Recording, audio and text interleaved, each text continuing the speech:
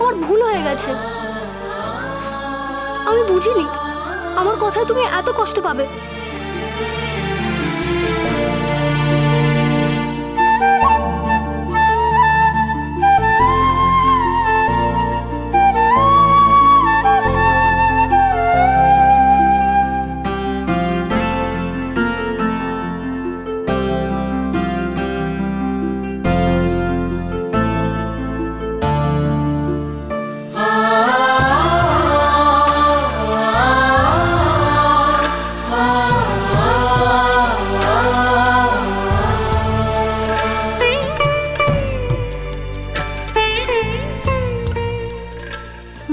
সবটা বুঝিয়ে বলার পর আমি বুঝতে পেরেছি আমি তোমার সঙ্গে কত খারাপ ব্যবহার করেছি।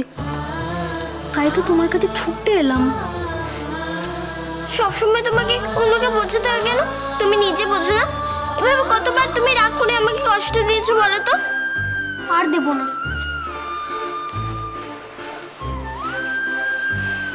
এই তোমাকে আমি ছুঁয়ে কথা দিলাম।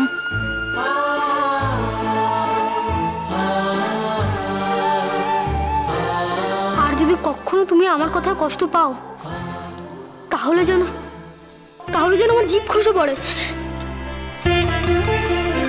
না সখা, এমন বলো না। তুমি তো আর এমনি এমনি আমাকে কষ্ট দাওনি, আর আমিও তোমাকে ঠিক সময় সত্যিটা না বলে তোমাকে কষ্ট দিয়েছি, তাই একটু শাস্তি তো আমারও প্রাপ্য। আমাকে ক্ষমা করে তোমার এই দিব্যি ফিরিয়ে নাও মিহি। না হলে তোমার জিভ না, আমার জিভ খুশি পড়বে।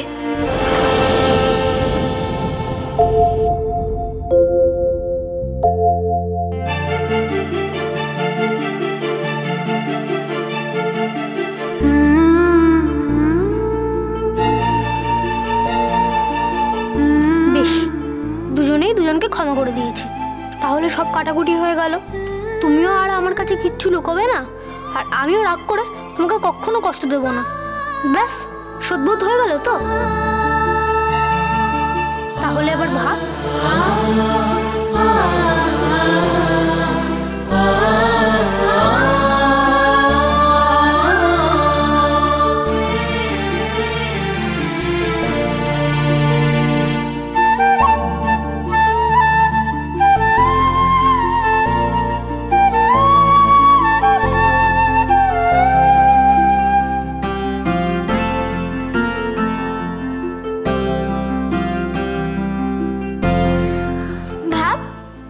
ভাব ভাব।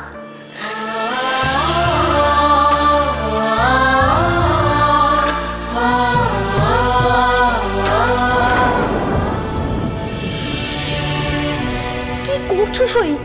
কেউ দেখে ফেললে কি বলবে? দেখো, আমি ছেলে আর তুমি মেয়ে, কেউ দেখে ফেললে যে নিন্দে বন্ধ করবে। আমি আমার শখকে জড়িয়ে ধরেছি, তাতে লোকের কি? আমার বই গেছে কেউ কিছু বললে, তোমাকে নতুন করে ফিরে পেয়ে আমার যে কি আনন্দ হচ্ছে। আমাকে ছেড়ে দাও সই, কেউ দেখে নিলে কি বলবে? না, আমি তোমাকে ছাড়বো না, কিছুতেই না। এরকম করতে নেই, আমাকে ছাড়ো না। না, আমি ছাড়বো না তোমাকে। তুমি আগে আমাকে কথা দাও, আমাকে ভুল বুঝে আর দূরে সরে যাবে না। কি হলো, কথা দাও, নাহলে তোমার ছাড় নেই।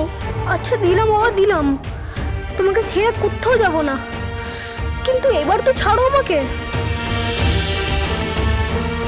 এত রাগকে কি বলে জানো? রাগে আগুন, তেলে বেগুন। আমাকে তেলে বেগুন বলে পেটে খোঁচা দাও, তাও তোমার হচ্ছে। খনার কাহিনী, সোম থেকে শনি সন্ধ্যে 7:30টায়, আকাশ 8 ও প্ল্যাটফর্ম 8-এ।